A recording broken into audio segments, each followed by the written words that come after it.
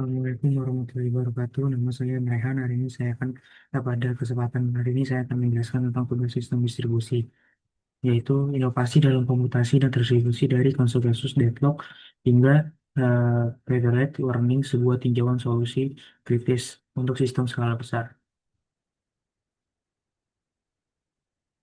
Nih, agenda yang bakal kita naungi dalam presentasi ini adalah yang pertama ada Blizzard, yaitu membawa konseptus BFT dan perangkat seluler, lalu dari DFTO yang mencegah deadlock kebuntuan di jaringan satelit. Yang ketiga ada deteksi hibrida, mendeteksi deadlock dan sistem umum dengan efisien. Lalu empat ada DAMA, load balancing, cerdas untuk interferensi AI di jaringan edge.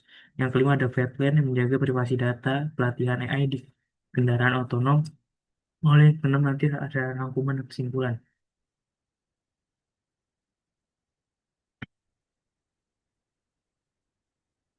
Lalu Blizzard konsensus mobile. Eh, Dari kasus satu Blizzard kuat. Masalah ini mengapa tidak masalah yang terjadi eh, dalam konsensus model, yaitu partisipasi protokol konsensus seperti blockchain yang membutuhkan partisipasi dan keamanan, namun mereka dirancang untuk servers yang terus menyala, keterbatasan seluler, perangkat seluler memiliki daya baterai terbatas, koneksi internet tidak stabil, dan sumber daya komputasi yang lebih rendah. Lalu juga ada skalabilitas yang mustahil menghubungkan miliaran perangkat seluler secara langsung peer-to-peer untuk mencapai kesepakatan. Tantangan bagaimana menciptakan protokol konsensus Byzantium Paulut tentang atau BFT yang aman dan cepat yang dapat dijalankan oleh miliaran perangkat seluler. Yang ada solusinya nih. Uh, Solusinya itu not seluler atau jumlah yang masif perangkat yang menggunakan ini dapat bergabung dengan terputus kapan saja. Lalu mereka tidak saling menghubung secara langsung. Lalu yang tingkat kedua the broker juga terbatas, server online yang dapat dikendalikan dan yang bertindak sebagai perantara komunikasi. Setiap node seluler wajib terhubung dengan sejumlah broker yang terpilih secara acak. Lalu ya alur konsensusnya untuk memvalidasi transaksi node seluler tidak berbicara ke node lain, tetapi mulai query ke brokernya, lalu broker mengumpulkan suara dari semua node struktur yang terhubung dengannya, lalu menyiarkan hasilnya kembali. Lalu node seluler ini kembali memutuskan akhir berdasarkan respon mayoritas broker. Lalu hasil dari Blizzard dan kinerja yang tinggi yang mampu mencapai throughput ribuan transaksi per detik dan per shot.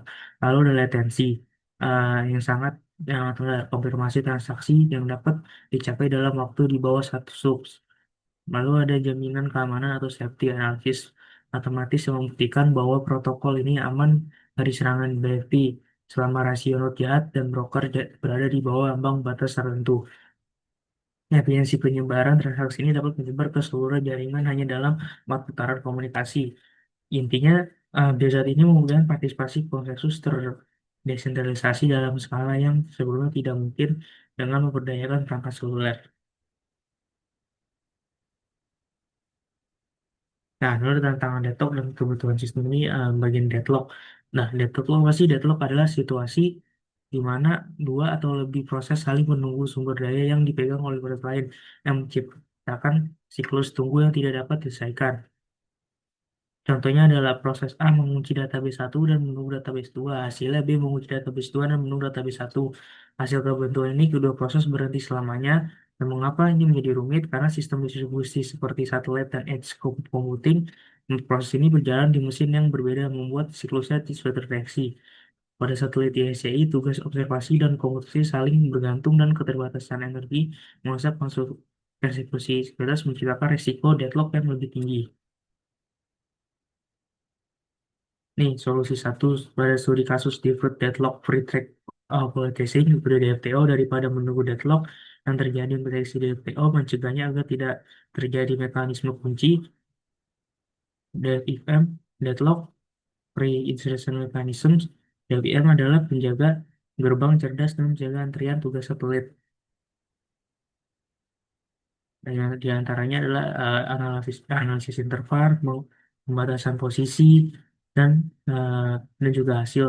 yang dimana hasil ini jika penyisipan tugas di dalam posisi manapun akan menciptakan potensi siklus deadlock. DVM akan menolak ini menjamin penugasan yang bebas deadlock. Hasil dari DFL ini fleksibilitas 100%. Nah, eksperimen yang menunjukkan DVM berhasil mencegah deadlock di semua skenario pengujian dan kinerja unggul DPO unggul algoritma benchmark lain dalam latensi layanan atau ASL dan keadaan dalam keadaan sistem. Solusi solusi deteksi algoritma hibrida pada sistem umum. Ini masih dalam rangkaian deadlock. Fakta kunci statik sebagian besar sekitar 90% deadlock terjadi dalam sistem dunia nyata dalam siklus yang melibatkan dua proses. Masalahnya algoritma deteksi tradisional memperlakukan semua deadlock sama menggunakan skema distribusi peran yang berat dan suhu jaringan yang berlebihan untuk 90% kasus. Solusi algoritma deteksi hibrida algoritma ini menguatkan fakta bahwa 90% tersebut adalah efisiensi mode cepat yaitu eh, siklus lebih dari min 2 ketika proses inisiator terblokir ini hanya mengirim pesan probe ke suksesor langsung proses yang ditunggu. Jika suksesor tersebut ternyata sedang menunggu suksesor lainnya, deadlock siklus itu terdeteksi secara instan. Lalu yang mode lambat, tidak ada respon atau proses yang mengandalkan global timeout. Jika proses terblokir lebih ambang batas waktu, misal 2 menit, ia dianggap terlibat deadlock siklus panjang dan dibatalkan. Lalu hasilnya secara drastis mengurangi latensi deteksi deadlock rata-rata jumlah lebih efisien dalam pengurangan besar jaringan. Nih, bagian ketiga distribusi beban dan kerja privasi AI. Masalah bagi beban kerja AI. Overloading perangkat IoT, misalnya kamera pintar yang tidak terdeteksi kuat untuk jalankan AI, dan melakukan offload melimpahkan tugas ke edge server. Pembagian DNN modern ini sangat besar. Satu DNN mungkin tidak perlu dibagi per lapisan dan jalankan beberapa server edge secara paralel. Tantangannya bagaimana caranya membagi lapisan DNN ke server edge yang berbeda secara opsional dan minimalkan waktu total memastikan tidak ada server yang melebihi beban. Tujuannya untuk mencapai profesional fairness sebelum metrik yang menyimbangkan efisiensi dan keadilan beban merata. Ini solusi DAMA Distribute Auction for Multiple Assignment.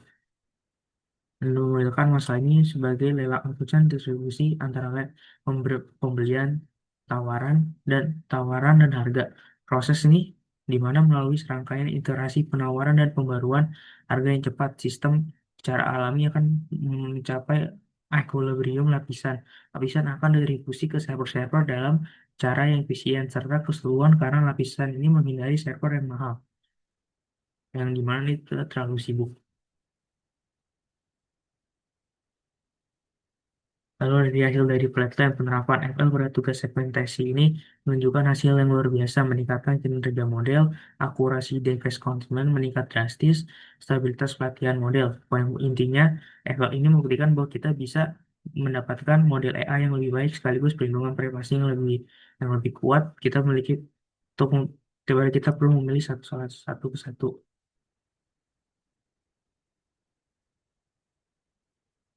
Ya, beberapa sedikit rangkumannya konsekuensi skala besar atau besar dapat dicapai di perangkat mobil dan arsitektur. Broker acak menghasilkan kecepatan tinggi dan latensi rendah, mengatasi deadlock di DPO dan hibrida, mencegah lebih baik daripada pengobatan, mencegah deadlock via DVM terbukti sangat efektif di lingkungan kritis seperti satelit. Deteksi bisa dibuat sangat efisien dan fokus pada keputusan kasus dan melakukan tema untuk sisanya. Distribusi beban dama memodelkan masalah alokasi sumber daya sebagai lelang distribusi dana adalah cara yang paling efektif untuk mencapai load balancing.